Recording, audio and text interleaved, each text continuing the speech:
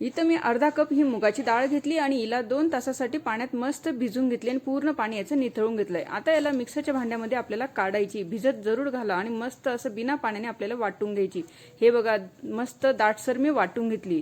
नंतर पॅन मध्ये 2 चमचे तूप टाकले आणि ही वाटलेली डाळ आपल्याला टाकून घ्यायची आणि पूर्ण याचं पाणी सुकेल तोवर, ओलापणा पूर्ण जाईल तोवर आपल्याला हिला भाजायची। मिनिमम 7 ते 8 मिनिटांवर मी मीडियम फ्लेमवर मस्त रवाईदार झाली तोवर भाजून घेतली, हे तुम्ही बघू शकता। त्यानंतर 1 कप म्हणजे अर्धा कप एवढं पाणी आपल्याला आधी टाकायचं, नंतर अर्धा कप असं 1 कप पाणी मी टाकून परत हिला परतलं, नंतर परत 1 कप दूध टाकून एक वाफ याची काढून घेतलेली। हे बघा मस्त दुधामुळे मस्त कलर याला आलेला आहे।